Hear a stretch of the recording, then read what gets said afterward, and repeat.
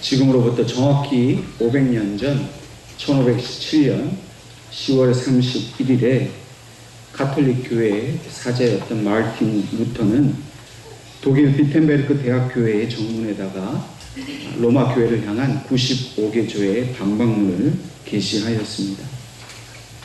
이 루터의 95개조 방방문은 가톨릭 교회가 말하고 있는 회개와 구원에 관해서, 또 교황의 권위에 대해서, 또한 면죄부 판매에 대해 반박하는 내용을 담고 있었습니다. 물론 루터는 처음부터 종교 개혁을 하겠다고 가톨릭 교회를 비판한 것은 아니었습니다. 단지 당시 교회가 해결해 주지 못하는 구원의 문제에 대해서, 더 구체적으로는 면죄부를 통해 구원을 얻을 수는 없다는 성경적인 결론을 가지고 가톨릭 교회의 가르침에 반박을 하였던 것입니다. 본래 루터는 자신의 아버지의 소원대로 독일 에르푸르트 대학에서 법학을 공부하게 되었습니다. 그러나 이 법학 공부는 루터에게 큰 흥미를 주지 못했습니다. 그러던 어느 날 친구 하나가 벼락에 맞아 죽는 것을 그 현장에서 목격하고 큰 충격을 받게 되었습니다. 루터는 이 사건을 통해서 죽음 앞에 서 있는 자신의 무기력함을 깨닫게 되었습니다. 그리고는 법학 공부를 포기하고 아우구스티우스 수도원에 들어가서 수도사의 삶을 살게 되었습니다. 루터가 수도원에 들어가게 된 것은 오직 한 가지 이유입니다. 그것은 바로 자신의 구원을 해결하기 위한 것이었습니다. 이제껏 자신이 몸담아왔던 이 가톨릭 교회는 자기의 구원의 문제를 해결해 주지 못했습니다. 자신의 죄에 대한 문제를 해결을 해주지 못했습니다. 수도원에서 루터는 자기의 온 몸과 마음을 다해서 신학 공부와 인문학 공부에 매진을 하였습니다. 그러나 아무리 수많은 신학자들의 책을 읽고 또 성경을 연구해 보아도 자신의 구원의 문제에 대한 해결을 찾을 수가 없었습니다. 또한 루터는 면죄부를 판매하는 것이 옳지 못하다는 주장을 하기 위해서 로마를 찾았지만 그곳에서 아무도 자신의 이야기를 들어주는 사람이 없었습니다. 이후에 루터는 독일 비텐베르크 대학에서 신학 박사 학위를 받게 됩니다. 그리고 마침내 제자들을 가르치는 교수가 되었습니다. 교수가 되는 좋은 명예로운 자리를 얻었지만, 그러나 루터는 교황청의 면죄부 판매에 대한 부당함을 계속해서 말해왔습니다. 주변에 있던 많은 동료들과 스승들까지도 루터의 이러한 생각에 큰 우려를 표명했습니다. 실제로 심각했던 것은 이 비텐베르크가 속해 있는 작센주의 프리드리히 제후는 공개적으로 이 루터의 면죄부를 판매에 반대하는 것에 대해 큰 불쾌감을 가졌습니다. 왜냐하면 이 면죄부를 판 돈으로 그곳에서 큰 토목공사를 벌이고 있었기 때문입니다. 루터가 이 면죄부 판매를 반대하자 이 토목공사에도 영향을 미치게 되었습니다. 루터가 면죄부를 반대하면 반대할수록 그를 향한 위협도 더욱 거세졌습니다. 그러나 루터는 결코 이러한 위협에 굴복하지 않았습니다. 그러던 중에 루터가 로마서를 연구하기 시작하였습니다. 그리고 오늘 우리가 함께 읽은 이 본문 말씀인 로마서 1장 17절의 말씀을 놓고 여러 날 동안 실험하기 시작했습니다. 오직 의인은 믿음으로 말미암아 살리라. 이 말씀 속에서 루터는 더 이상 가톨릭 교회의 성경 해석과 신학을 통해서는, 또 면죄부를 통해서는 구원을 얻을 수 없다라는 그런 결론에 이르게 되었습니다. 구원은 오직 믿음으로 말미암는 것이고 믿음은 오직 하나님의 은혜로 얻어진다는 사실을 새롭게 발견하게 되었습니다. 물론 이것은 전혀 새로운 가르침이 아닙니다. 이미 성경에 나와 있는 말씀입니다. 그렇게 수많은 날 동안 성경을 읽었는데도 이 말씀이 그에게 깨달음으로 오지 않았던 겁니다. 그런데 하나님께서 이때에 루터에게 은혜를 주시어서 이 말씀이 본질적으로 의미하는 것이 무엇인지를 하나님께서 깨닫게 하신 것입니다. 이러한 깨달음을 토대로 해서 루터는 오직 믿음, 솔라 피데, 오직 은혜, 솔라 그라티아, 오직 성경, 솔라 스크립투라, 이 세 가지 개혁 모토를 가지고 그는 종교개혁을 이루어 가게 되었습니다. 이러한 루터의 종교개혁 모토에서 오직이라는 말은 매우 중요한 의미를 가지고 있습니다. 오직 믿음과 오직 은혜와 오직 성경 외에 다른 것을 구원을 위한 필요 조건으로 내세우는 것에 그는 반대했기 때문입니다. 오직 믿음과 오직 은혜와 오직 성경 외에 다른 것은 구원을 향한 그 길에 장애물이 될 뿐이었습니다. 오직 믿음, 오직 은혜, 오직 성경 그 외의 것을 주장하는 가톨릭 교회에 대해서 그는 반박할 수밖에 없었고 이것이 하나님의 뜻인 것을 온전히 깨달았기 때문에 그는 어려움과 고난 속에서도 이 일을 계속해서 나아갔던 것입니다. 중세교회는 오직 믿음 위에 행위와 공로가 있어야 한다고 가르쳤습니다. 특별히 면죄부를 돈 주고 사야만 모든 죄 사함을 받고 구원을 얻을 수 있다라고 생각을 했습니다. 자기 자신뿐만 아니라 자기보다 앞서 죽어서 연옥에 있는 사람까지도 구원해 줄 수 있다라고 가르쳤습니다. 어떤 주교는 돈괴에 동전이 떨어지면서 소리를 내는 순간 연옥에서 영혼이 빠져나간다, 이렇게 사람들을 기만하였습니다. 가톨릭 교회는 이 돈으로 화려하고 멋진 성당을 지었습니다. 여러분 중에 혹시 로마를 여행하면서 바티칸 시티에 가보신 적이 있으십니까?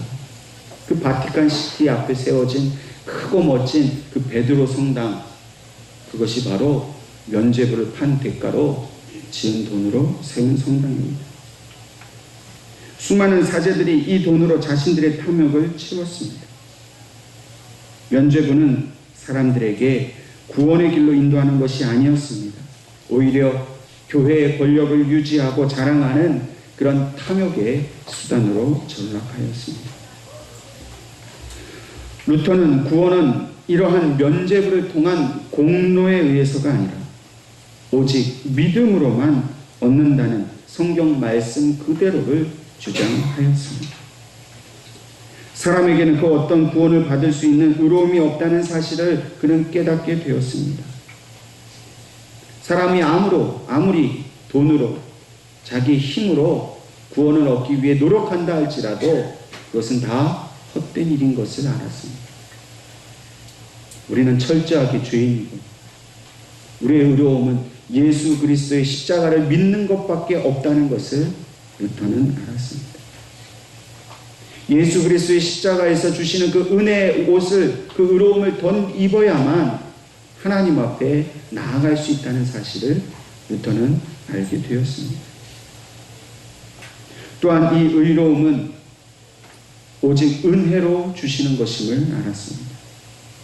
에베소서 2장 8절 9절 말씀에 너희는 그 은혜에 의하여 믿음으로 말미암아 구원을 받았으니 이것은 너희에게서 난 것이 아니요 하나님의 선물이라. 행위에서 난 것이 아니니 이는 누구든지 자랑하지 못하게 합니다. 루터는 이 말씀을 붙들었습니다. 구원 얻는 믿음은 하나님께서 주시는 것이라는 것을 깨달았습니다. 하나님이 은혜로 선물로 주신 것임을 깨닫게 되었습니다. 루터는 당시 신성 로마 제국의 그 황제와 또 제국회의의 앞에 서서 심판을 받고 신문을 받았습니다. 그러나 루터는 결코 굽히지 않았습니다.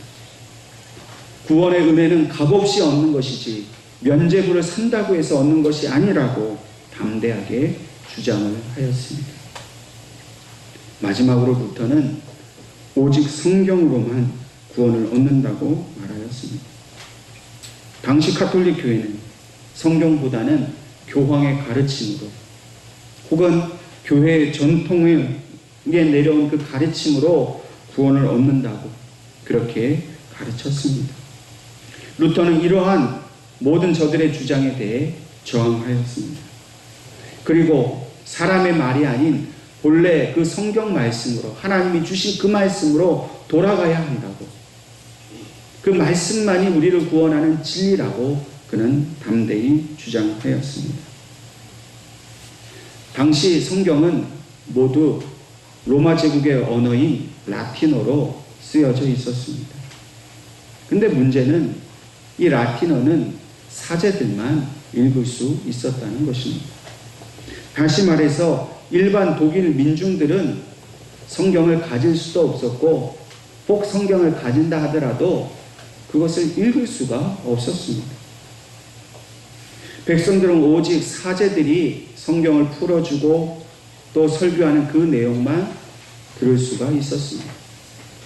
그러다 보니 사제가 이 말하는 것이 성경에 있는 말인지 없는 말인지 또 그것이 진리인지 거짓인지 도무지 분별할 수가 없었습니다. 성경을 읽을 수 없었기 때문에 그저 사제들이 하는 그 말에만 순종하고 복종할 수밖에 없었던 것이 그 독일 민중의 백성들의 비참한 영적 현실이었습니다. 루터는 이러한 계속적인 자기의 주장에 대해서 끊임없이 여러 사람들로부터 위협을 받았습니다. 교회로부터 핍박을 받고 또 제후와 황제들로부터 핍박을 받았습니다. 이 핍박을 견딜 수 없어 바르트부르크 성으로 피신을 하게 됩니다. 그리고 그 성 종탑에 숨어 있으면서 그곳에서 독일 민중을 위한 라틴어 성경을 독일어로 번역하는 일을 하게 되었습니다. 성경을 다 번역하였을 때 당시 구텐베르크가 발명한 인쇄 기술을 통해서 독일어로 된 성경을 독일 전역에 전파하게 되었습니다. 루터는 많은 시간을 독일어 성경으로 일반 민중들에게 하나님의 말씀 성경을 가르치는 일에 힘을 썼습니다. 한 예로 루터가 취리 성당에서 성경 공부를 시작하게 되었는데 훗날 그 성경 공부가 모태가 되어서 그곳이 취리 대학으로 발전하게 되었습니다. 루터가 번역한 이 독일어 성경은 현대 독일어의 표준이 되었습니다. 그가 민중을 사랑하고 하나님의 말씀을 저들에게 돌려주어야겠다고 자기의 전생일을 다하여 헌신할 때에 그의 노력은 역사적인 사건을 만들어내고 한 민족을 하나님의 구원으로 인도하는 위대한 일을 하게 된 것입니다. 가톨릭 교회의 그 권위에 의해서 철저하게 감추어지고 왜곡되어진 그 진리의 성경 말씀을 그날 그 백성들에게 또 오늘 우리에게까지 그 말씀은 전해지게 된 것입니다. 오늘 우리는 종교개혁 500주년을 기념하면서 루터를 통해 일어난 종교개혁이 오늘 우리에게 어떤 의미를 가지고 있고 우리는 어떻게 그 루터의 종교개혁 정신을 우리의 삶 속에서 구현해내야 하는지 심각하게 고민해 보아야 합니다. 오늘 우리는 교회의 개혁을 부르짖는 소리를 참으로 많이 듣습니다. 교회는 개혁되어야 한다. 교회는 더 이상 세속화를 멈추고 거룩한 교회로 회복되어야 한다 하는 말들을 수도 없이 듣습니다. 너무나 절실하게 교회의 개혁이 필요한 시대입니다. 우리가 너무나도 옳지 못한 모습으로 섬겨왔고 바르지 못한 신앙인의 삶을 살아왔던 것은 분명한 사실입니다. 그렇기 때문에 우리는 우리의 교회로서의 정체성을 회복해야 합니다. 오늘날 개신교회를 우리는 사실 개혁교회라고 부릅니다. 영어로 말하면 Reformed Church입니다. 이 말은 종교개혁의 영어로 이 대문자를 써서 Reformation이라는 말과 맥락을 같이 하는 말입니다. Reform이 뭡니까? 그 모든 형식, 조직, 갖추어져 있는 그 모든 틀을 새롭게 바꾼다는 겁니다. 완전히 개혁한다는 것입니다. 더 이상 옛날 방식에 머물러 있지 않는다는 겁니다. 중세교회가 가지고 있었던 그 폼을 새롭게 바꾸는 것, 그것이 바로 종교개혁이고 그 정신을 이어받아서 날마다 개혁하기를 힘쓰는 교회가 리포음드 처치, 오늘 우리가 몸담고 있는 개혁교회입니다. 교회의 정체성은 끊임없이 개혁하는 데 있습니다. 과거에 머물러 있지 않는 것입니다. 물론 전통이란 이름으로 교회가 지켜야 할 것도 있습니다. 근데 참으로 바르고 또 선하고 아름다운 전통은 괜찮지만 고착화되어 있는 전통이라고 하지만 그 안에는 아집과 고집으로 똘똘 뭉쳐져 있는 것이라면 그것은 마땅히 리폼 되어야 합니다. 개혁되어야 합니다.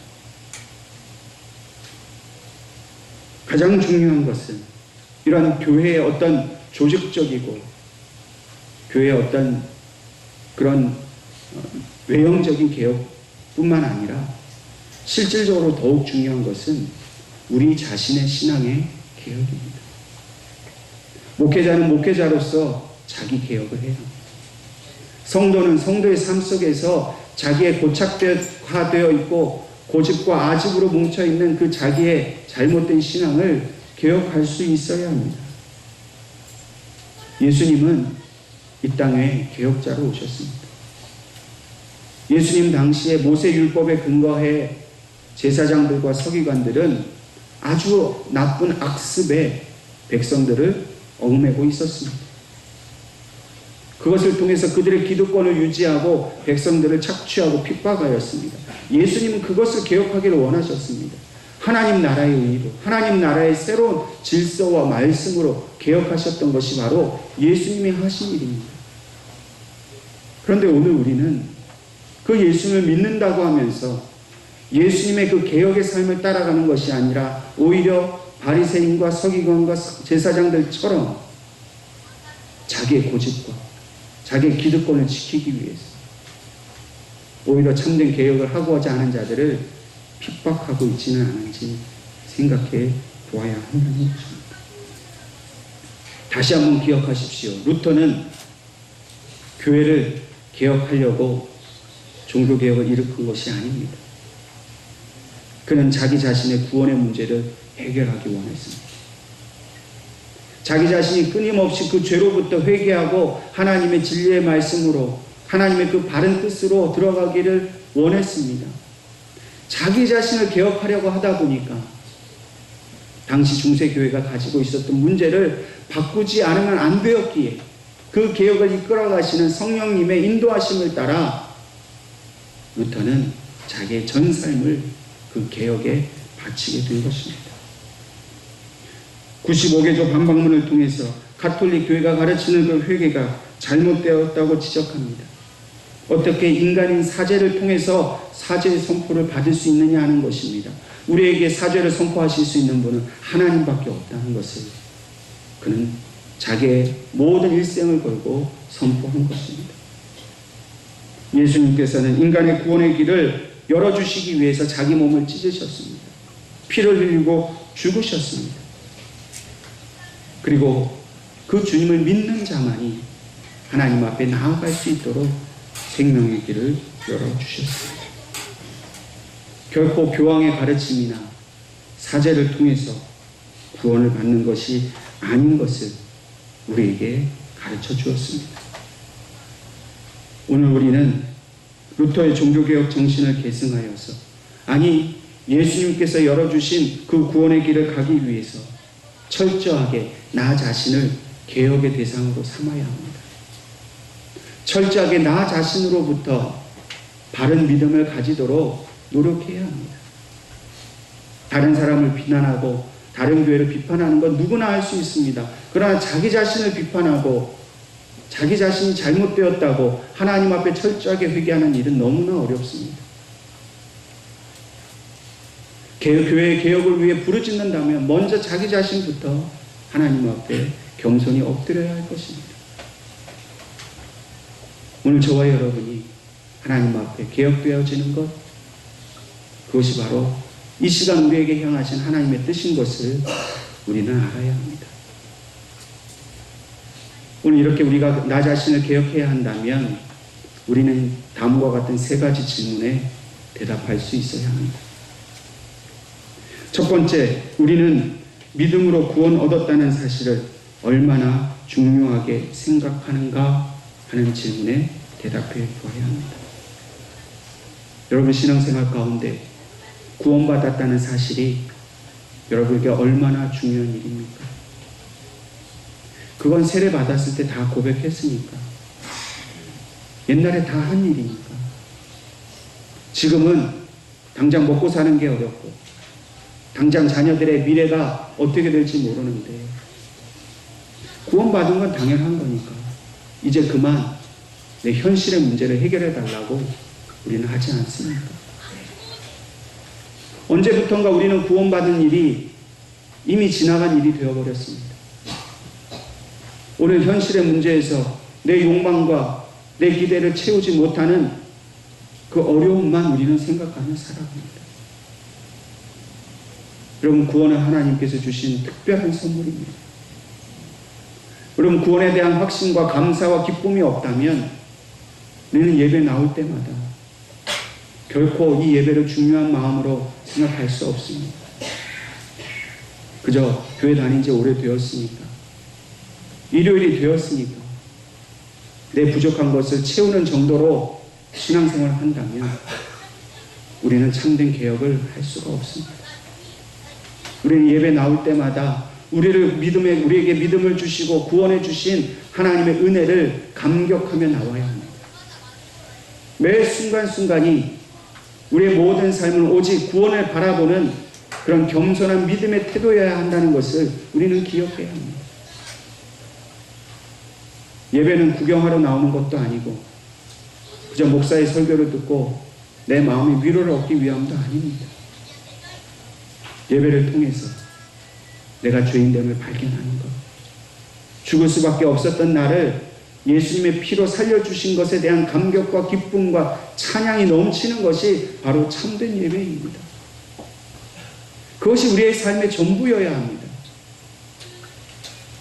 일주일에 하루만, 한 시간만 그렇게 느끼고 사는 것이 아니라 이 한 시간의 예배 때문에 남은 6일 동안의 모든 삶이 나를 구원해 주신 하나님의 은혜, 그것이 내 삶에 가장 중요하다고 고백하며 살아가는 것, 그것이 바로 자기개혁의 첫걸음입니다.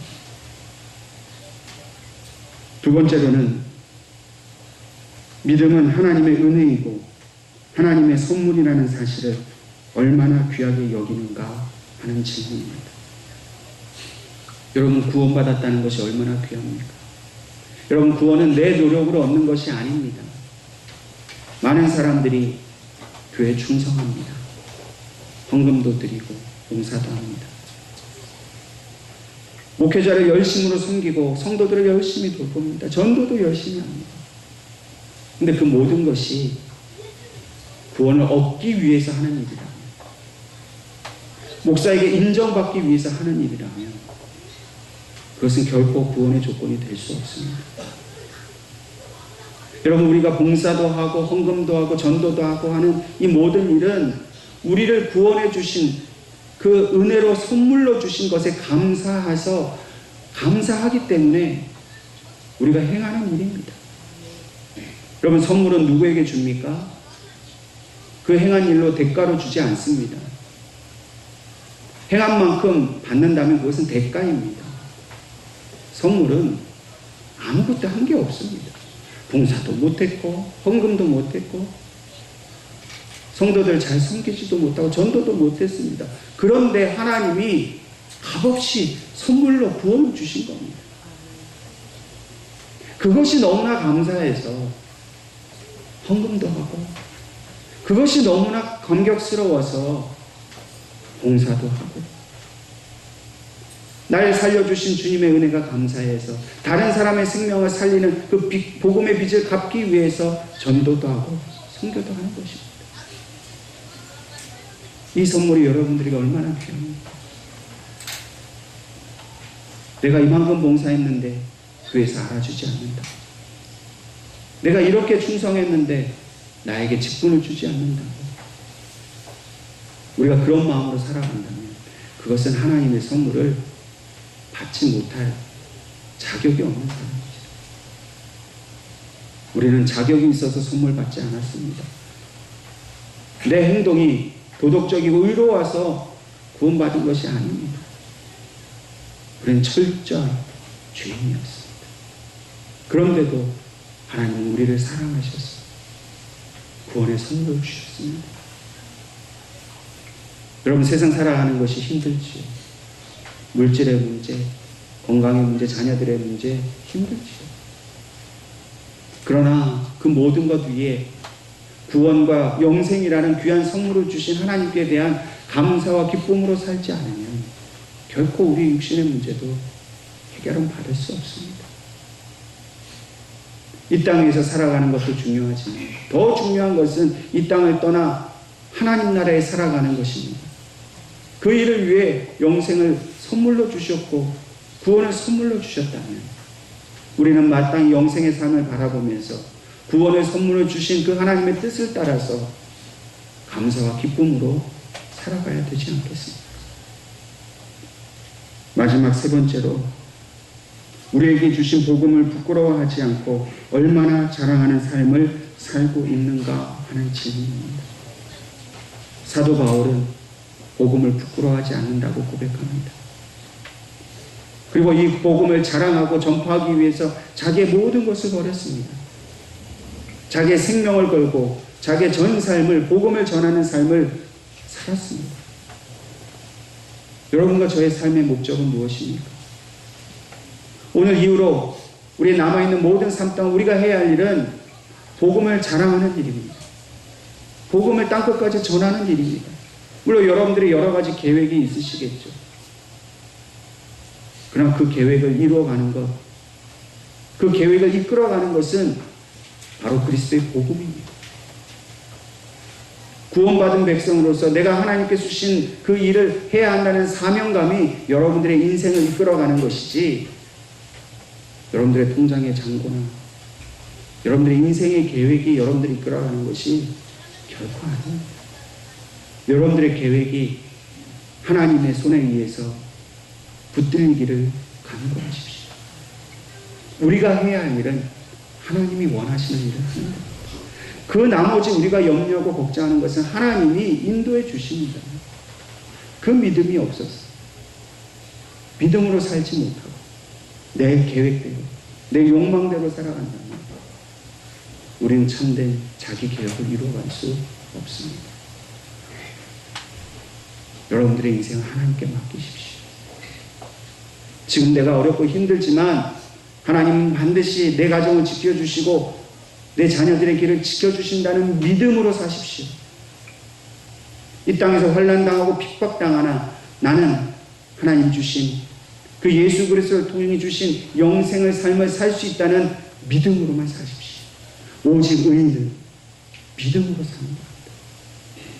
저와 여러분은 오직 믿음으로 사는 것이지 돈의 힘이나 권세의 힘이나 내 계획이나 내 욕망에 이끌려 사는 것이 아님을 기억하십시오.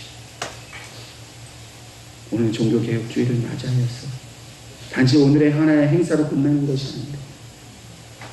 여러분과 저의 남아있는 삶을 통해서 오직 예수로만, 오직 믿음으로만, 오직 은혜로만, 오직 성경으로만 살아가실 수 있기를 주님의 이름으로 축원합니다.